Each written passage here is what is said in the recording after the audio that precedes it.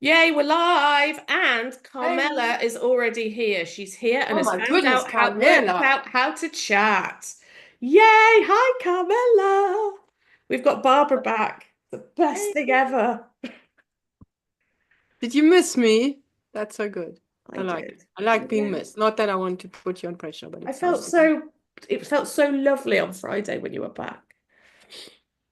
Like things Good. feel so I'm much all better. windblown. I'm outside.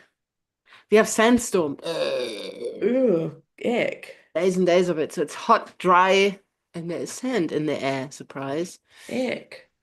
Yeah, it's a bit icky. But Ick. it was, it settled, and then we took the dogs for a quick walk in the dunes, and we saw. They drive here and they drive around in the sand with these e-bikes, like fat tires and Yeah. electric motor. I'm totally not going to save up for one. Do you really want one? I really want one because Falky likes to chase them. So, he might chase me. I'm just going to look on Facebook just to see if there's anyone joining us from there. Because you never know. There's a few people that want to be here. So, oh, Carmela I'm says she's enjoying looking it. forward to it. So, we've got to make it good now, mate. Oh my goodness. So I can't see anything where I should probably log into You the could go onto the Facebook YouTube. group and then there's a Okay. lovely link from there. Hey, Sue, how's things down under? Do you know what, Sue? Wasn't going to mention this, but I will mention it now. We're going, so I've got really itchy ankle. I think I've been bitten by a muzzy. Um, we're going to be doing these lives at some different times, so they might actually fit for you, work for you a bit better. So you don't have to get up at stupid o'clock. So, but I'm we'll not tell you. trying that link. So I'm coming as a guest. Yeah, well, you can still see the chat, so it's perfect. No, no, no, that's the thing. It's perfect. And you will Hello. tell. What have you done? Have you done No, what? have you done something bad? No, oh, I'm just seeing the chat. Everything's fine. And I see that Sue's there. Great. Look at us being as professional as always. Well, so what we're gonna do? Are we gonna do questions? Well, maybe we do questions after because that gives people a chance to join, right? I think that's a really good idea because we've And got two are you questions keeping today. an eye on the Facebook group? Yeah, I've got one eye on the Facebook group because sometimes I know Matt sometimes joins us in Facebook, so I'll Okay. keep an eye out for him. Oh, and happy birthday to Chopin because from Nicole's dog Chopin because I know she put Yeah, and it was his birthday, wasn't it? So if you're yeah. watching this back, I know that it's usually when you're Not a teaching, good isn't time to it? go. So, but No. if you watch it back, happy birthday, Chopin. Yeah. Shall I tell everybody what I did yesterday? Yeah, those of us who are not following you on your personal Facebook Yeah, and so don't know if you're not on what my you personal Facebook, I did put it on there.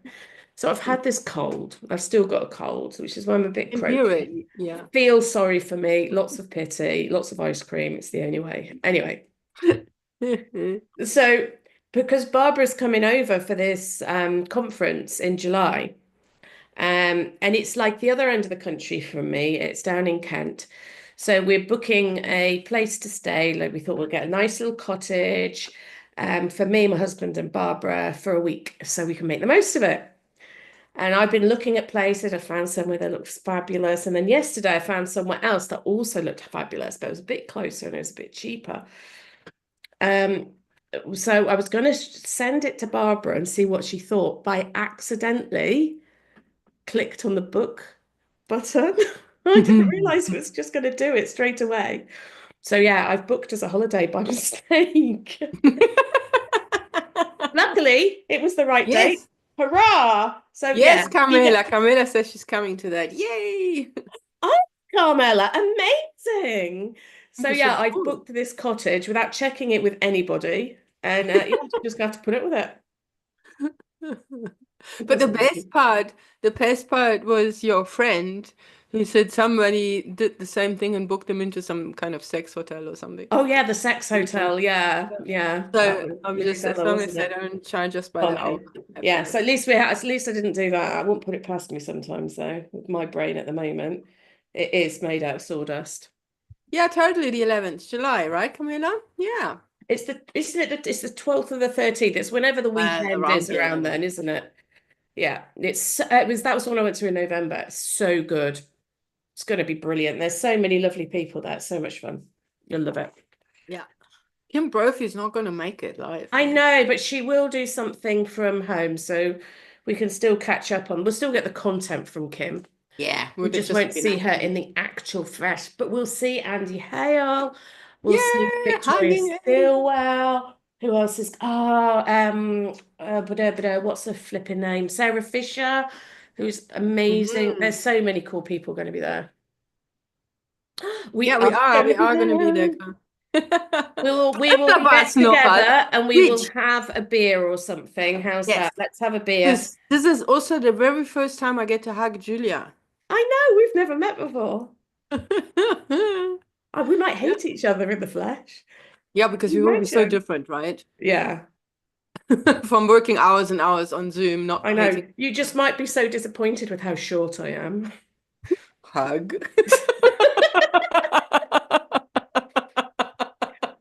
Right, sorry. But at least I won't be stealing your dungarees, right? Right, you can roll them Oh, up. We like a all turn up. right. Mm. All Oh yeah, right. we'll have to find a You have dungaree to shop. take me to that dungaree shop. Yeah, Anyway, yeah. Anyway, enough of this, we've you done our boring go on, wasting don't people's we? time. We're just so excited.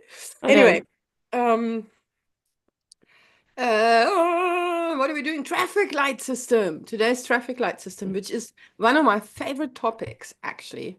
Did you know I did. That's that? why I said before we came on, Barbara, do you want to lead on this one? Because I can't talk for long, even though I do. But yes. Okay, so what we're going to do is we want to talk a little bit about the traffic light system, why it's useful, what it means. For those of you who haven't heard about it, I'm sure most of you know it, but it's always a good thing to revisit. And maybe we do a little cool. I'm just wondering now, do I put you guys? Okay, here's the thing. I'm just gonna ask just to see if people are familiar with the traffic light system. What color is your dog most of the time? Is it green, amber, or red? And if you haven't got a clue what I'm talking about, just put a tomato in the chat. Okay? Is it green, amber, or red? Or am I as dull as a tomato? And then let's see Not what we answering get. them. We got nothing so far. The chat's a little slower on YouTube, isn't it? There was always a bit of a lag, isn't there? So Oh, Carmela's okay. got an amber, so we're there. Right. What would mine be most of the time? Probably green most of the time, if I'm honest. Hmm. Pretty chill most of the time. Sue's got an amber. LG, hi Elga's got a LG. grey. Bodhi is a green. Okay. Green, I amber, bet or that's red? massively different from where you started because you've worked so blooming hard with him. Hmm. There was a time where I would have said that, I mean, Falky would have been in red a lot of the time. Same with both of mine. They would have been there's still times where they are vigilant, especially when, with Hats, if she's got a bit of her gut issues coming up or if she's a bit sore. Hmm. Well, You no, know, she's not in red. She's in amber because she's on alert all the time, very hmm, much on alert. who's totally in deep shade with all the bloody time? Is my good old boy Noah these days. Yeah. I was saying to John the other day, he's like, lately he's really like he was as a young dog. Really reminds me of himself as a youth. Sometimes you Really. get a younger dog, it kind of gives them a new lease of life, doesn't it? He's not that old. Yeah, but you know what I mean. Yeah, but I think he's really over his trauma. I think Oh, that's what that's happened. good. Yeah. It makes Right? a big difference. He's really happy. I mean, he lets Stevie get away with so much stuff. Amazing. Okay. Camilla says, yep, Hobbs was red. Okay, for those of you who watching this in a replay and going like, what? They're talking about tomato, tomato, tomato. Let us do a bit of a refresher. So The traffic light system is just a model to help us evaluate the emotional state for our dogs. Because with our reactive dogs, what can happen is that all of a sudden, we think they're fine, and all of a sudden we are in the middle of a complete overreaction and we don't know how to get out of dodge because the dog is just not responding to anything. If that's familiar, if you know what that feels like, give me a bunch of grapes. Put a bunch of grapes in the chat, but I'll continue, right? Just to see. So the traffic light system is just something to categorize the different sort of three categories of emotional state. So when the dog is in the green, all systems go. We can just go ahead with our walk or our activity or whatever's going on. Your dog is calm, they're alert, and they happy, whatever their really normal happy body language looks like, that's what they're showing you in green. Ideally, that's your dog normal, most, and always. That's what we want to see. Now, any dog, reactive or not, can suddenly feel uncomfortable about something and go into like stress signals, standing still to look, stopping. I'm not sure about this. Hackles might go up, something like that. Maybe just a tense face or turning away, anything like that. Maybe lip lick, That's when we say, the traffic light's just gone to amber. Brace yourself. It's time that we help them. We have to do something. And red would mean your dog is in a full-blown reaction. So they're barking, they're lunging, they're freezing, you know, their thinking brain is offline, So if we want to intervene, then that's when we have a really hard time. And people say, my dog, doesn't take any food. There is no food magnet, that gets me out of there. It's just a drag thing, or, it's horrid. So just like a traffic light, red means woo, we can't carry on. Amber means you've got to put the brakes on, we have to do something.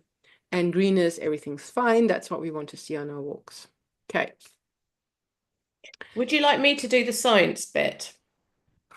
Yeah, of course. I love the science. Since I'm the one with the PhD, you go ahead. Sorry, I love brain I science. like it, no, it's totally. I would like you to do that because I know that you enjoy that. I do, I love it. Yeah, So go ahead. this is the kind of the science. Um, Which only the yeah, dog that intelligent shut one. down's also red. So the Oh, science behind nice. it. So when your dog sees a trigger, it filters it through the amygdala, which is in the brain. It's in that bit of the brain. It's sort of just in front of the brain stem. So it's right in that really old bit of the brain. And it's kind of this little sort of almond shaped thing, and it's kind of just responsible for all the drama, all the shit that goes down. It's that fear center, the amygdala. I love this shit though. I know. I know. I was trying not to chuckle at that. So I sorry. the dog's seen the trigger, it's filtered through the amygdala, which is the fear center. If they feel that there's a significant um, threat, what we call the sympathetic nervous system kicks in. That's what we talked about, the four F's, the fight, flight, freeze, or fool around. Now, when the sympathetic nervous system kicks in, what's known as the parasympathetic nervous system switches off. So that's the bit that's all about recovery, healing, digestion, all the kind of non-essential for survival in the moment things that our bodies do. So the sympathetic nervous system is just that survival mode, really. Yeah. Okay. And what that means is the prefrontal cortex. So that's the bit of the brain that's all about thinking, learning, and reasoning is offline in red. So when the dog's brain is in red, that prefrontal cortex might as well not be there because it can't do anything. Um, and Whereas when you're in amber, so that's your red, you've got no prefrontal cortex learning, you've just got this sympathetic nervous system survival mode. In amber, the brain is still deciding, it's still going, is it safe? Is it not? And this is where you can change that decision. Okay. So the most important thing to take away is that when there's no prefrontal cortex working, you cannot get learning. Your dog cannot learn. And that is the absolute crucial bit of the science. And that's sort of why we can't get that learning, because that bit of the I keep doing that because it's here. I know, like a rhino. I But you do, know. it's brilliant. It's Yeah. nice. Like Um, carry on. Nobody does this as well as you. It's so oh, cool. thank you. So yeah, that bit when sympathetic nervous system, which is all about the most ancient parts of the brain, survival, fight, flight, freeze, fool around, that's all they've got access to, learning totally offline. Yeah. Absolutely pointless. You can't teach in that zone. All you can do is support your dog. So there we Awesome. go. That was so good. I love it. I love you. I love it. The way you talk about it is so, it's just so cool. You're so Get so all in it. excited. Nobody would have thought you had mushy brain and booked us into a sex hotel yesterday. Yeah. Yeah, totally on it. I love it. I love it. I love it. Oh, here we go. So Camilla asks, so is this SSRI the, drugs. yeah, Okay, so that is serotonin reuptake in inhibitors, um, and that's all to do with yes, yes, sort of loosely, but it's all to do with that brain chemistry. It's all to do with okay. that brain chemistry, neurotransmitters, all that kind of shebang is how they work. I'll do a live one day about how they work, but I'm not sure it's particularly exciting. Yeah, But that's a yeah. And whole other but it thing. has so it's such a thing, with the drugs are good. Totally. They can totally make such a difference for people and their dogs. And at the same time, we can also But they don't work for it. It's the same with they people. don't They work for don't work everybody. for That's the thing. everybody. Yeah, and you have to get Mm, it right, and you have to have a good yeah. support. You have to have a really good veterinary care team for And it. it has to be in conjunction with all the other supportive stuff as well. Same Exactly. as it does with people. Yeah, exactly. Exactly. In the end, we're all mammals, right? So the whole chemistry, neurochemistry is very similar. Exactly. Right, well done. So now I've been Thanks. admiring you. Now I forgot where we are. Oh, okay. Okay, so since we know now that we cannot train our dogs when they're in the red zone, we need to help them ideally not get there in the first place, right? And that's hence the traffic light system. We want them to be in green as much as possible, and we want to be able to see when they get into brain. And we also need to know what it is that gets them into uh, amber or red. You know what I mean? We're talking about triggers, right? Mhm. So, and just briefly, because we talk about that a lot, but when it comes to triggers, we want to know the big ones and the small ones. There is not just the one thing. We have a question we want to talk about later, like dogs that react to certain things, certain breeds, certain color dogs, whatever. So those are really big triggers that we always know when we encounter them. It sets our dog off. They're afraid or they have made a bad experience or something around these things. But there are also other secondary triggers like Julia's Hattie, for example, who's got really severe arthritis. So on days when her pain is stronger, on you know what it's like with arthritis. Some of you might have it, or relatives that have it that can actually verbalize what it's like. So for the dogs, it's similar. It flares up under certain conditions. We're always sort of trying to get the meds right, and so on and so on and so on. So there will be good days and bad days. And if you have a bad day with whatever medical condition you have and there's pain underlying, that already sets us up for failure because of the dreaded trigger stacking, right? We've heard Julia speak about the bucket.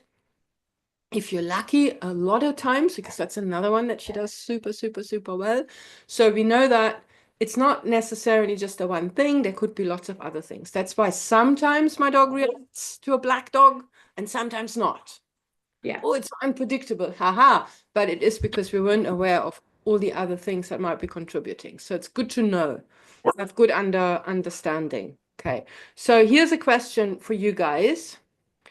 If have you kind of noticed that your dog is more reactive on days where either it's been stressful for them or maybe even a stressful day for you, and then you take them out and very often those are the walks that don't go so well. You know what I'm talking about. If you know what I'm talking about, bring out the grapes again. If you're lucky and that is not like that for you at all, then do me a nachi. I want to see some fruits in the chat, please. So a nachi, that's a clementine or something like a tangerine, something, one of those things. I was going to say, Collective, what's they're that? collectively anything that's easy, the kind of fruit that looks like it's like a tiny orange, but you can stick your thumb in and start peeling them on the spot. We'd call that an easy peeler, Barbara. We're very simple What? people. But they're mandarins, they're Yeah, tangerines, they're clementines. We call them all nachis. that gee. I like that. Mm. Okay, so give me any kind of orange. You can put an orange in. An orange, if you don't know what I'm talking about, your dog is always the same. Or give us a grape, bunch of grapes, if you know what I'm talking about. Stressful day, more reactions. Oh, yes. Oh yeah, lots of grapes, yeah. Oh, Marge says, my German Shepherd dog became reactive when my hubby was going through losing his dad and also was away at times at hospital. Yep, massively stressful. yep. Oh, I'm so sorry, Marge. Mm. And welcome to the live. And welcome Kerstin too. And Zatsumas. Yes, thank you. That's another one like that. You know, Falcon, we actually don't need. I know exactly what is triggering that barking. That is the neighborhood. Yeah. Neighborhood dog. But you know what, Okay. Barbara? It's going to be super Hmm? interesting, isn't it? Like when we are away together, because Hattie and Dash are going to be coming too. So Yeah. for them, they'll have had a long journey. They'll be somewhere new. They'll be sharing their space with someone they've never met before. So we're going to have to be really aware when we take them out and about of what's going on because we know that those things are going to be stacking up, it means we can deal with it much more Yeah. easily because we're Yeah. prepared. So, some other thing to remember. So it's good to really have a good sense of what's going on with your dog. So number one is to know what their triggers are, right? Like when we go for walks then with Hattie and Dashi, that we know they're already set up for potentially worst case. So we need to keep an eye out. And then the other thing is to really look at them, isn't it, Julia? Yeah, absolutely. So it's a lot of people are saying, I'm so tired of always being tense when I go out with my dog. I'm always worried what might be around the next corner, and I totally get it. Totally get that. But there are two elements there, right? Number one is that being aware of the environment is actually a skill that we're growing, just like we're doing it when we're driving. We have to know we have to constantly being aware of what's going on. But we're not like, driving like super tense, like, there's other cars on the road and bicycles. But when we first learned to drive, it was a bit like that, wasn't it? And now we just drive and we see things in the corner of our eye and peripheral vision and we're looking straight and so on. So similarly, we can learn to be a bit more natural about it. So that's a skill that we can building. And then the other thing I think that's super important is that we need to really be reading our dogs so that we pick up when they get tense. Early signs, early body language. It's really important, right? Exactly. Definitely. Okay. And then now the next point, do you want to talk about that? Things to do to keep our dogs in the green? Yeah, sure. So there's things that you can do for your dog, and then there's things that you can do for you as well, which is massively important. So the first thing is knowing about, you know, your dog's threshold. Now, as Barbara's just mentioned, this will be impacted by all the little triggers that have been going on and what's been going on around the place. But you'll know, for example, if you go out for a particular distance, a particular amount of time with or with lots of dogs, you know at what point your dog will have enough if you're kind of aware. So I know, for example, with hats at the moment, if I go much further than about 2 miles these days, it's all a bit much for her. I know with Dash, if there's, lots of people and dogs around, he can put up with that for about a couple of minutes and then he's had enough. If there's lots of people walking past again, he's going to find that really difficult. So yeah, using your reset days, your decompression days. So we'll share in a bit a link to the freebie about the reactivity reset, which is all about using that time. So when your dog has had a bad time and got super stressed out, you give them time to recover. Um, Keeping that dog under threshold, so control the exposure, think about the distance you are away from things that are tricky. And also giving them choices. Let them have some sniffy time, let them decide which way to go, and let them opt out of situations. So if you can see actually they're becoming uncomfortable, allow them to move away from a particular situation that you're in, if that makes sense. For the person, remember that your nervous system, how you feel, is going to have an impact on how your dog feels. So looking after you is massively important. So if you're tense, your dog will notice. Amber human equals amber dog. So think about your own calming techniques. Think about your breathing, your posture, what you're doing with the lead, and what you're doing with your voice.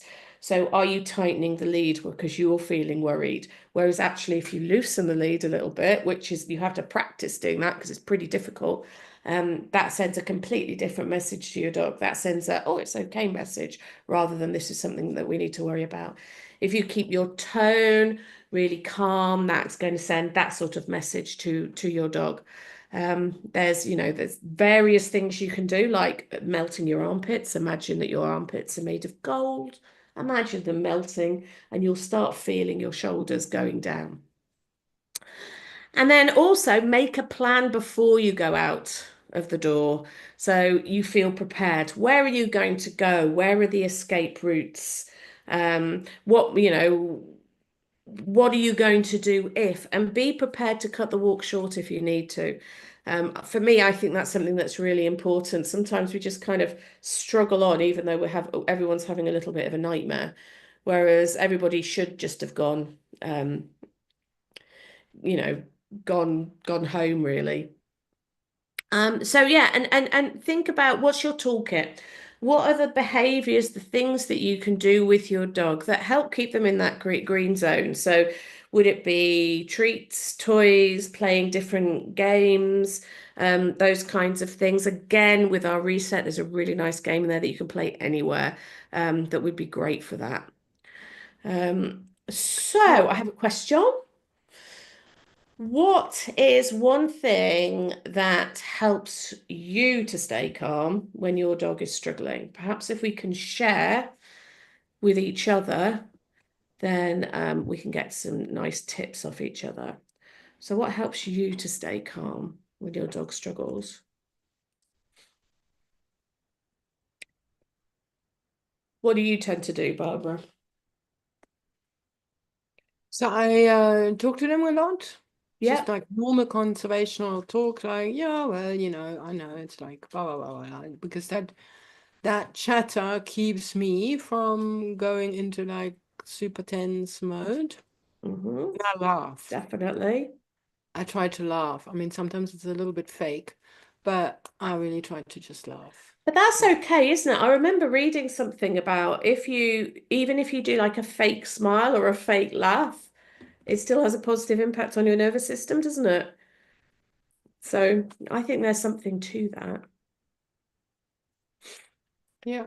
So Camila says, someone told me that I find being watchful becomes easier, and I'm finding that is correct. I'm so much more relaxed now, but still aware. Excellent. Yeah, totally. And then I put the link to the freebie in the chat too. I just reminded myself because Oh, it's super. excellent. So Marge says, be doing a mindset reset course for her anxiety, and it's been much better working with my boy. He's been so different. We've both had some lovely walks out recently, which neither of us could manage before. Yes, I love that. It is. It's that putting your oxygen mask on first. It's looking after you, because it's bloody stressful having a stressed out dog. Carmela sings badly to Hobbs. He likes it. I hope you're sure that he likes it. I hope you've asked him. But I sing to my dogs too when we're walking along. And sometimes Hattie will kind of, she looks at me and she's got this little way of looking like she's like all happy and like, oh, and if she could join in, she would. I know she would. Linda, imagine she's walking on air. I love that. Or on a cloud, yeah, fun. Yeah, March is doing a breathing, stops you focusing on him and the thing, and he relaxes as you relax. Yep, absolutely. It's that kind of grounding thing, isn't it? It's grounding yourself as well. So LJ doesn't leave home without several plans to escape unexpected situations. Yep. The let's go cue is hardwired, gates us out of the area fast. Oh, it was us that told you about singing, wasn't it, Carmela? We're that wise. Sometimes just leaks out. Yeah, I'm impressed. Awesome. Love it. I love it. Really, really, Excuse really, me. really cool. Yeah. And while we're on the topic, so I love it that some of you like LG has a real toolkit, that she takes on her walks, and all of you've got stuff that, you take along. So this is really what we want, right? We want everyone who comes into the group and watches. Oh, that it would get easier. Okay, cool, Camilla. Yes, yes, yes. What was Totally. us? Yes. Oh yeah, we Yeah, did. yeah, no, of course. That sounds like a Barbara thing, actually. Yeah, I was just thinking about it today. We were in the dunes. Actually, I'll tell you that in a minute. First, I want to talk about what not to do, just to get that off my chest, right?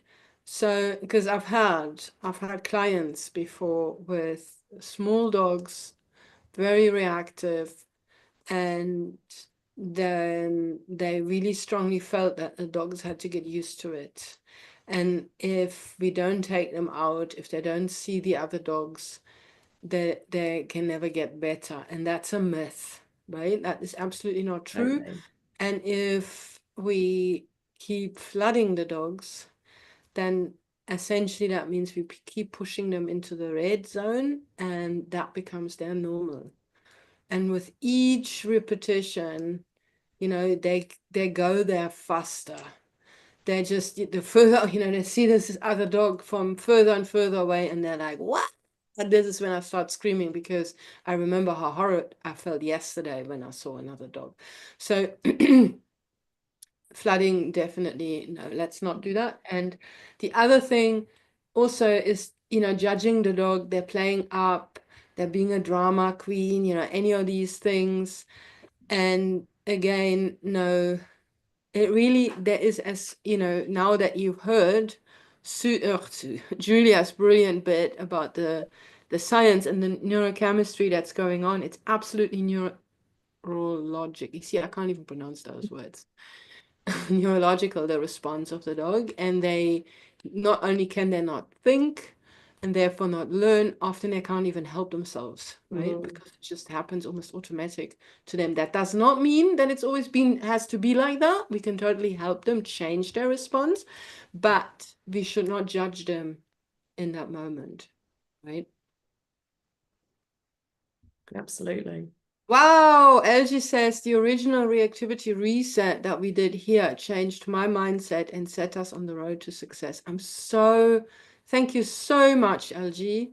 Now I've got goosebumps. I thought you just came brilliant, but I'm glad that we contributed a little bit to your guys' success.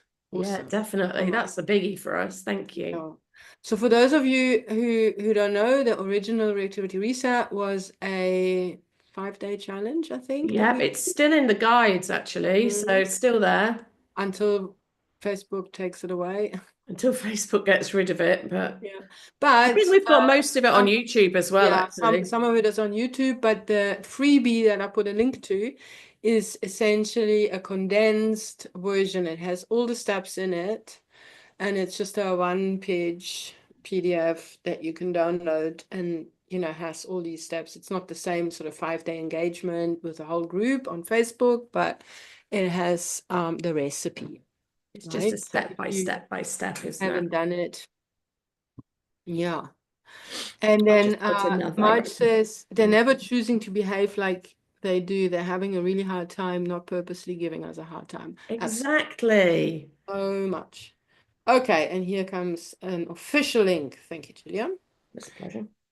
And then I wanted to tell you, oh, and then another thing is also that sometimes our dogs are better, right? And sometimes they all of a sudden react again. And just because yesterday it wasn't a problem, but today it is, we talked about trigger stacking earlier. There's always a reason. Dogs, there's always a reason. You can always uh just see your dog's behavior as information if they're overreacting to something that they don't normally react or you thought you had worked through. It doesn't mean that you're back at square one. It just means that maybe a bunch of other things happened in the day that we didn't register, but that already made them predisposed now. That bucket is full and now they're reacting again. And I wanted to tell you, so we walked today in the dunes, and some of you know that little Falky, he can completely lose it where he gets over aroused from running, number one, that already puts his emotional arousal up a notch, running around in the dunes, he's loving it. And then if lately, so Tweety birds are not so much of a problem for us at the moment. They've all gone inland where the rain is.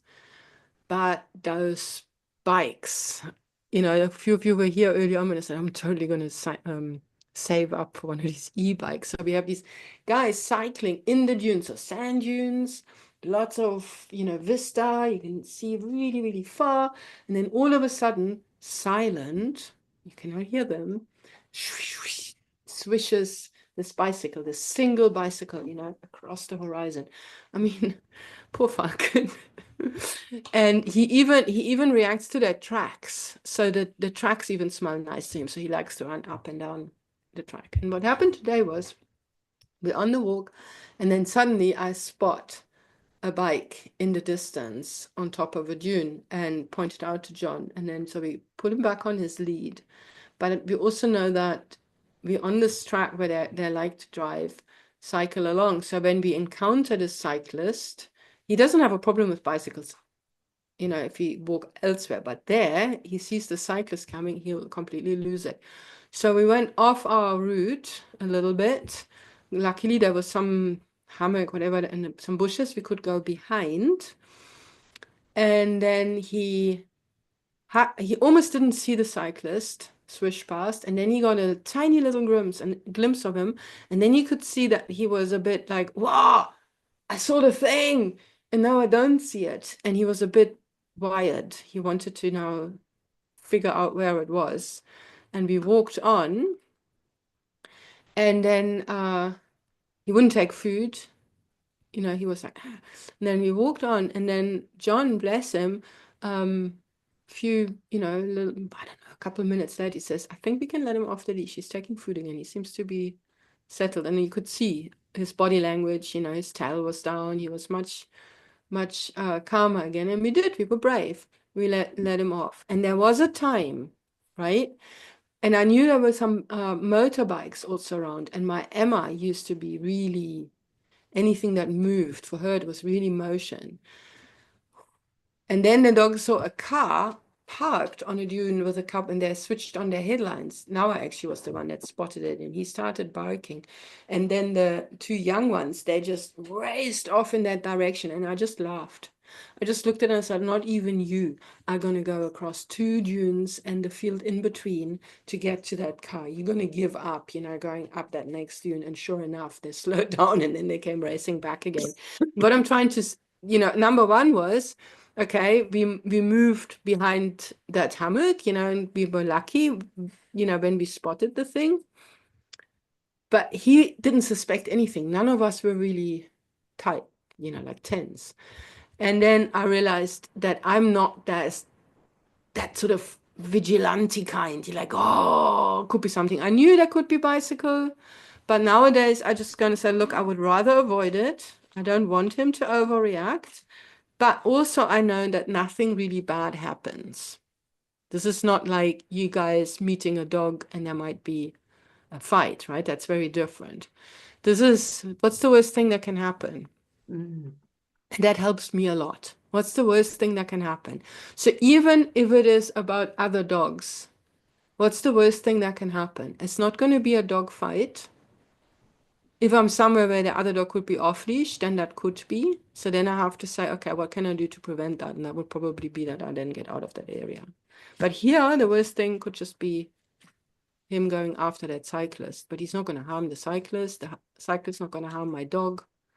So all I get is a dog that's really amped afterwards and pulls on the lead, right? So what I'm trying to say is what's the worst thing can happen? That helps me a lot, thinking that through. And then, okay, if it's really, really bad, what can I do to prevent it? Or what can I do to make it less bad? Mm. Right? Having him on a lead and he sees the bicycle, it's not pleasant, but it's better than him chasing after the bicycle. Having him on the lead and then trying to avoid him seeing it as best I can, great. And then what happened was he saw it a little bit and then he could calm down again, which is actually really nice. A little bit of up arousal and then calming down, which is exactly what I need, right? Because he needs to learn to get up and come down again. So that was a bit ambly. There was probably something else that I meant to mention. I should have told the story immediately when I remember it. But anyway, I wanted to share that. So I'm much calmer these days. Definitely. Super. Shall Move we on to the questions. I look at think the questions? Yeah. yeah, let's. We all know we don't want to be totally Oh, perfect. So we got two questions, is that right? yes, we have. Oh, cool. So the first one is from Matt. Hi, Matt. And he would like to see discussed dogs that react to very specific things. Okay, so how can you consistently desensitize a dog when they don't come across specific breeds as often as others? Matt's dog, or Matt says, my dog reacts negatively and quite extreme to greyhounds and German shepherds, or anything that looks similar, but only a very small percentage of all the dogs that she passes are like that. And all the other dogs, she's either neutral or positive. And then he knows that the German Shepherd issue was originally triggered by an experience as a puppy, but that approach from a distance or the sudden appearance of one round a corner and its fireworks, growling, desire to chase them away, etc. But it's such a rare occurrence, relatively speaking, but still enough to make it an issue. Yeah. I know exactly what you mean. Hmm. And it's yeah, I mean Hattie had a bad experience with a German Shepherd not long after I got her. So she is better now. And I didn't need to do any of the things that I'm about to say because we just sort of managed to work through it. And I would take a few different avenues. One, I would work on general confidence and optimism, in general situations, because that's going to give you a more resilient dog in all Hmm. situations. So it will have an impact and allow you then to be able to intervene more. Um, I would also think, have think about what we've been talking about actually. So, what's your response if you see a German Shepherd? Because I know for me, if I see something like with Dash and his black Labrador allergy that he's got, if I see a black Labrador, it's really blooming hard not to go, oh shit, there's a black Labrador right now. What am I going to do? Blah, blah, blah. So is it me? Is there part of us that's driving it? And usually there's some part of us that's contributing to it, which is good in a way because that means it's something that we can control more easily. Mm, Because we can do more of a no big deal kind of thing. And then I might work as well with some approximations, I think. So if you're not coming across, say, let's just say the German Shepherds, but greyhounds would be the same. If you're just not coming across them, you could start looking at, think of, doing asking your dog questions. Can they do this, that, and the other? Where there is a dog that's a similar size or a similar color or a similar size and a similar color, and just doing those approximations. You could even have a picture of one on the telly, all those kind of things. You could try working with those. That's going to work differently for different dogs because obviously you're not going to get the scent, you're not going to get, it is a different mm. experience, but it's kind of looking at approximations from lots of different kind of angles. I think that's what I would be doing. And then when you do see one of those dogs, I mean, obviously you're trying to keep in the amber. If you can do some work in the amber with your dog, brilliant. That's going to be really effective. If, as you say, your dog goes straight into red and it's just pow, then what I would do is I would squeeze all the juice out of that situation. So the first job is make space, get out of there, don't keep your dog in the red for any longer than you have to. But then I would maybe go back to the same place the next day or after a reset because your dog will still have the memory of that German Shepherd or whatever having been there. And then I would start doing some work and can you do a hand target? Can you do a spin or whatever while you're there? Can you come away from that place where the dog was? So it's quite a difficult one, but I think I would use all of those in conjunction and sort of put it all together into one big smoosh. What do you think, Barbara? Off the Yeah, top of my I love adult it. brain. I really love it. I like you with your adult brain. You like totally Thank you. on Am I good with point. my adult brain? I also like the raspy voice. Really like it. I Yeah. keep thinking I sound like a 13-year-old boy whose voice is breaking. The point that I would just like to make, which is just in not even in addition, just goes in the same direction, is that I wouldn't fo my focus is never desensitization so much.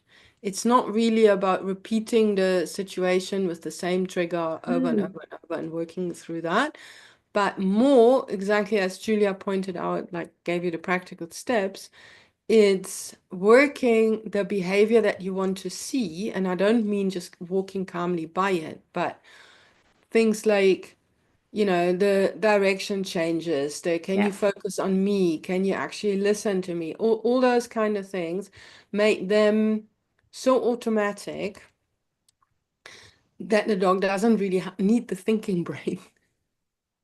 Because only then do you have any chance of success when they're either overexcited or really emotionally overcome, whether that's fear or aroused, whatever it is, in those situations. You need to have responses that are also almost automatic. So just to yeah, give you an example, as I said, but happens a lot with my falcon if he gets over-aroused. So even though I said the worst thing that can happen is he chases the dude on the e-bike, the people are normally they laugh it off, if he really won't let go. Not that he grabs them, but like keeps following them.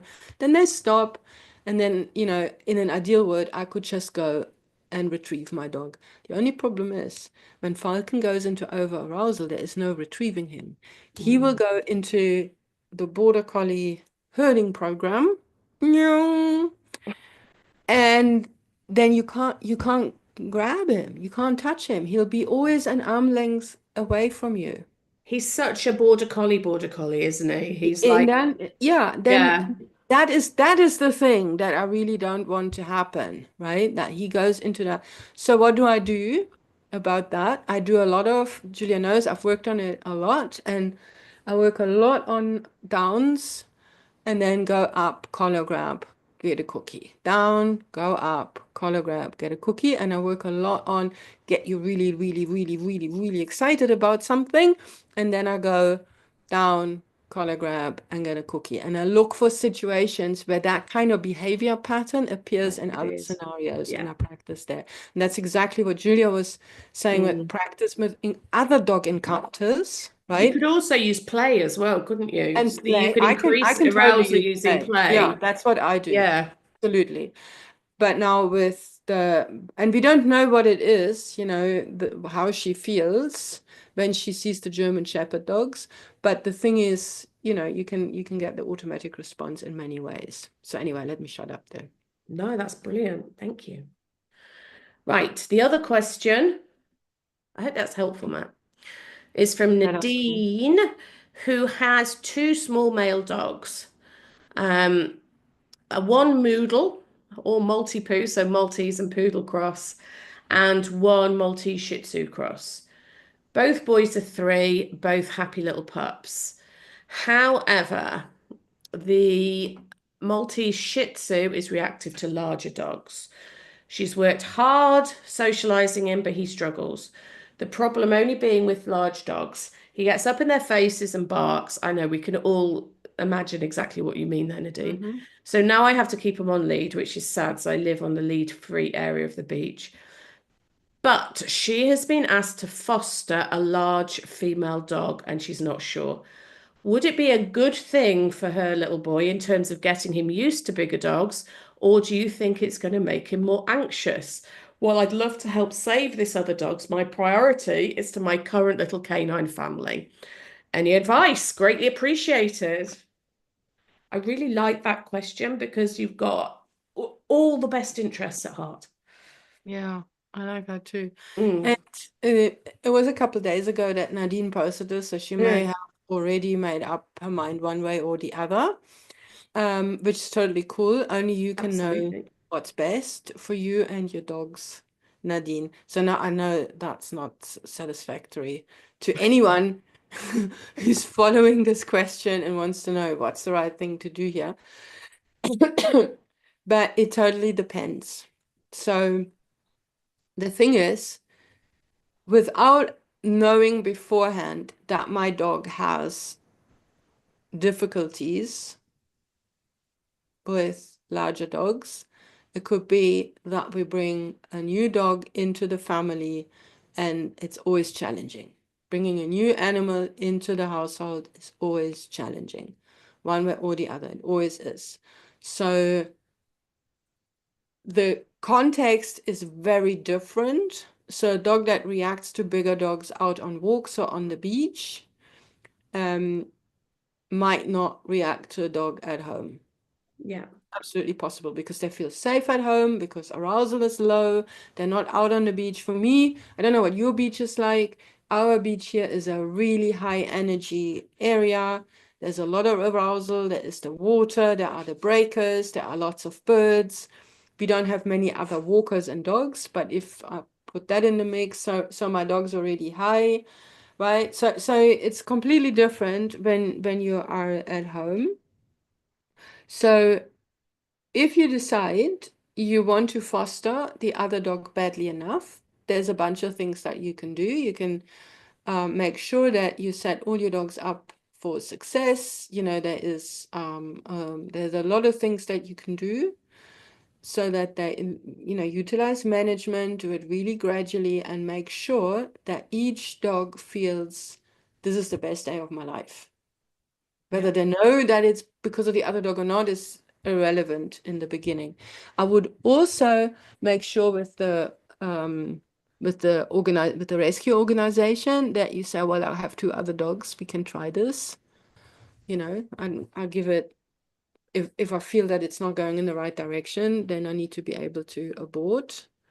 That's important that you have that way out, right? So I would set that, do that, and then definitely you want to have a good plan, right? If Mm. you decide to go for it. And then on the other hand, if you feel that's too much, it's not the right time in your life now to make that commitment, because it is a commitment, even though the dog's not going to be with you forever. And it is a lot of work. And if you decide, I don't want to do that, I've got a good thing going. We have a harmonious family life. My dogs are really relaxed, at least when they're at home. They don't need any additional stress. Then that's absolutely fine. Do not feel guilty. Do not feel that you need to, just because you were asked or because the opportunity is there to help another dog. That doesn't mean that you have to. You're absolutely right. Your dogs come first. And I would just go with your heart. And if you say you want to give it a whirl, then just make sure that you have a good plan, that you know exactly how you want to handle it. And then you go for it. There's no right and wrong here. There's no right and wrong. It's absolutely your decision. If you feel you want to invest time and energy, it can be so fabulous. You might see other sides of your boys. You might see, another dog. It's a great experience for you. There's all that stuff. Or you might just say it's just far too much hassle and the risk is too high. I don't want to do it right now, maybe another time. Then that's also cool. Mm. I mean, this kind of hit home a little bit because both my dogs are getting a little older. So, from a professional and a personal standpoint, it would be lovely to have a younger dog, or I've even thought about fostering a series of dogs so that I can, work with lots of different dogs and help them find their homes. Thought that'd be a Mm. really cool thing to do. So, these are sort of things that I have thought about. Um, so the first question that I would be asking is the rescue that you're fostering for, what is the quality of their backup like? So if you do decide to take a foster dog, if it isn't working, are they going to be there so that you can hand it back and say it's not Yeah. working? Because that's got to be okay. And you've got to not have to feel bad about that as well. Because that's going to be the best thing for everybody. If it doesn't always work and you need to be able to deal with that. So that's the first question I would ask, because without that, I think for me, it would be a hard no. Um, and yeah, and then it's about, like Barbara said, how much are you prepared to put into that? Now, for me, I made the decision not to at the moment, because it would be really difficult with Hattie. And at the moment, I don't feel I've got the capacity to deal with that level of difficult. So it kind of depends on where you feel with your capacity. And as I say, that little bit of a balancing act. Yeah. So yeah. So I hope that's helpful. Let us know what I mean, you don't have to tell us how you decide, but we're here for you one way or the other, right? So if you decide not to go for it, but you want to talk through helping your mulchy, then we're here for you. If you decide you're going to go for it, you need support along the way, we're here for you. So 100%. All those things are true. Brilliant. cool. And I see there's some comments that I missed. Camilla says, I wonder about the noise of e-vehicles. The whine is so high-pitched. Yeah, Yeah. I don't know. These e-bikes here, when we encounter them in the dunes, there's hardly a noise. In Yeah, fact, for but the longest time, I didn't realize there were e-bikes. I'm sure that that our dogs can hear them though, because if you watch, like, with electric cars as well, I find that dogs do react to them very differently. So I think you're right, Carmela. I think there is a real high-pitched whine um, that they can hear and we can't. It's totally It's something possible. I've wondered about the same. And he is a very noise sensitive dog, so it could Yeah, he is, absolutely isn't he? be that is also the explanation that might be why you put that in, that he reacts to that, but he doesn't have a problem with bikes on the whole. When we meet Yeah. bikes along the lagoon, he's on the lead. It's a completely different I always just thought it's the context, but it could very well be. And the other thing that I find really interesting is that he's all over the tracks. They Mhm. really smell good. How interesting. And then Elsie says you use the e-bike as a training opportunity. Yeah, but I'm also quite happy when we don't encounter one. Yes. Have a chill walk. Mhm. And then and you can all relate to it. It's always that, I don't know beforehand because the dune up and down, all of a sudden there's a bike. So today was really good that I could see it before he did, but that's not always the case. And Camila confirms, yeah, Hobbs is also noise sensitive, which is why I noticed it, yeah. You see, I love it. Thank you, Camila. I hadn't even thought about this. And then Marge says, my husband still does that, and the GSD reacts more to things with him as he tenses and tightens the lead without realizing. Oh, okay, yeah. That is about the how much of it is part of us, right? That we Hmm. see the trigger and we go like, ooh, totally. So easy to do. Yeah. Absolutely. Interestingly, I had to tell John today when we approached the car, he needs to actually put Falky on a shorter leash. Because the thing is, because we have to manage his arousal and because I don't want him to go into a border collie pattern just before I'm just thinking of the hollow suite. You guys, Star Trek people, you know about hollow suites? Yeah. Yes. He puts the border collie, what do you call it? The border collie program in, right? And suddenly it's Yeah. cheap. Anyway, I digress. So we Such geeks, actually aren't have we? him on a longer lead, so he can sniff, and for a large part, so maybe 50% of the walk he gets to run with the other dogs and play and so on. And we practice our recalls and whatever. And then 50% of the walk is on that longer lead. But then when we get to the car, there is a bit of a, because we have another big herder, sort of a little game that goes on. Who gets into their crate first? Because if Stevie Girlie, if she's in her kennel in the car first, then she will make it her business to shout and vocalize and bounce in her kennel as Falky goes in, which he hates this. It's really intimidating. So of course we try to set everybody up for success. So he gets to go into the kennel first, and it's fairly high. So I like to lift him in.